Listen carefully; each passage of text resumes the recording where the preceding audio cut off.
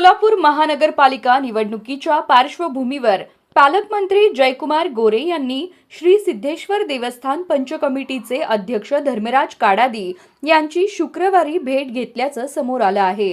यावेळी पालकमंत्री जयकुमार गोरे आणि पंच कमिटीचे अध्यक्ष धर्मराज काडादी यांच्यात विविध विषयांवर चर्चा झाली।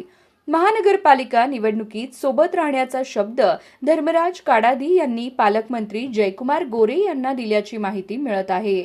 आमदार सचिन कल्याण शेट्टी, आमदार देवेंद्र कोठे, शरणराज काडादी, पुष्पराज काडादी यांची प्रमुख उपस्थिती होती। पालकमंत्री जयकुमार गोरे शुक्रवारी सोलापूर दौऱ्यावर होते। यावेळी त्यांनी धर्मराज काडादी यांना भेटण्यासाठी गंगा निवास गाठले।